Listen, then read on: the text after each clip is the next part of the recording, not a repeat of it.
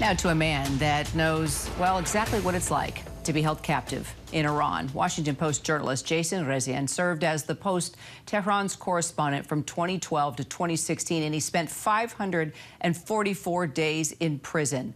Now, according to the U.S. State Department, wrongfully detained individuals by Iran has been an issue clearly for years with ongoing tensions in this country. Jason, it's great to see you again. Your first reaction to Iran's attack? Well, Kira, I don't want to say surprised because, many folks expected some sort of retaliation. A bit surprised by the scope and scale of Iran's attack, but also by the defense systems of the Israelis and the U.S. and other allies to render the attack essentially, a failure. But I think the whole region, the whole world is on pins and needles right now because this sort of escalation and use of force, even if it's not successful in targeting civilian populations or even military installations, it is cause for great concern and the possibility of the conflict just escalating and the borders of it spreading. And, a senior Biden administration official, Jason, actually told us that his hand was trembling as he needed to take notes while watching the hundreds of ballistic missiles being launched headed toward Israel. What do you think made this attack so much more nerve-wracking than other threats and attacks? Well, I think this is the first time that Iran has specifically and overtly used its military might such that it is on Israeli soil in such a direct way. Frankly, though, Iran's military capabilities are not up to par with not only the United States, with Israel's.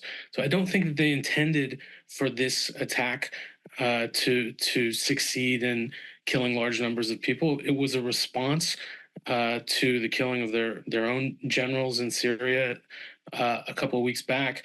I think they had to do something.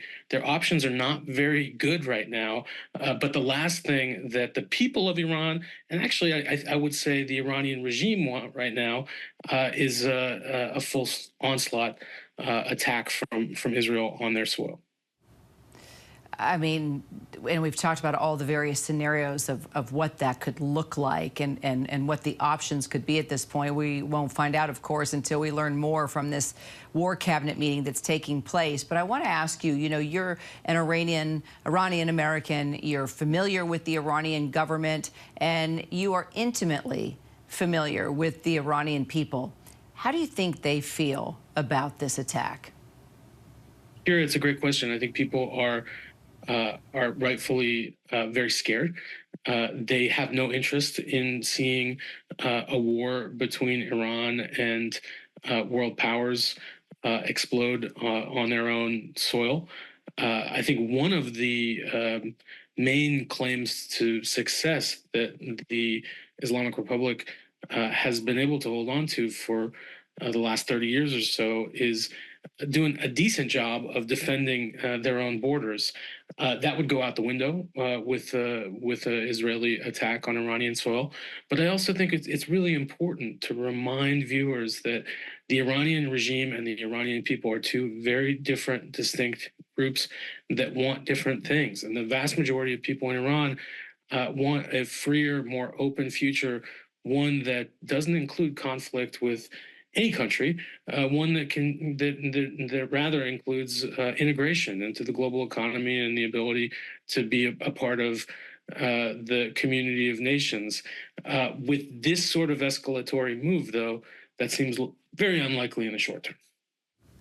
Do you think this could be a moment in time because the attack is so unprecedented that a change could finally happen? Everybody's talking about how this could escalate tensions and move toward a bigger war, but do you think it's possible we could actually see the opposite effect here? I wish that I thought that was in the cards.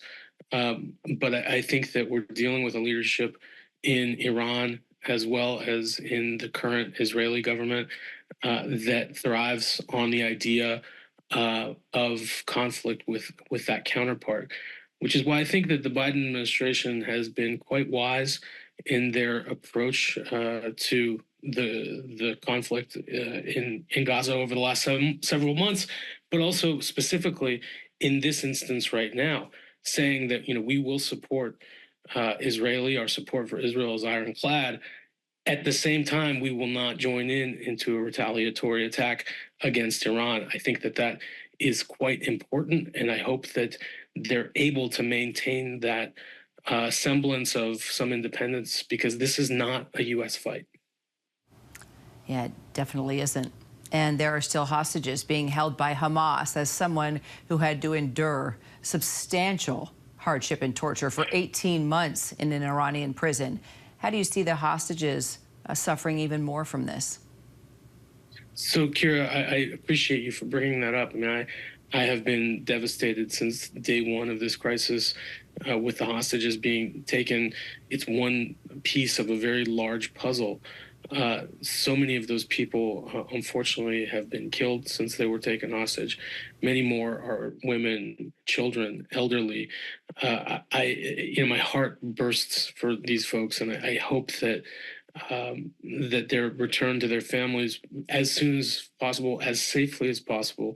The truth is, I think Iran has an important role to play in helping those people be released, and I hope that they use or that the U.S. uses some leverage towards Iran. And I think that is one possibility, one opportunity for Iran to avoid a new attack if they were to help very quickly in the coming days to free those hostages. Jason, great to see you again. So glad that you were able to add your insight today. Appreciate it.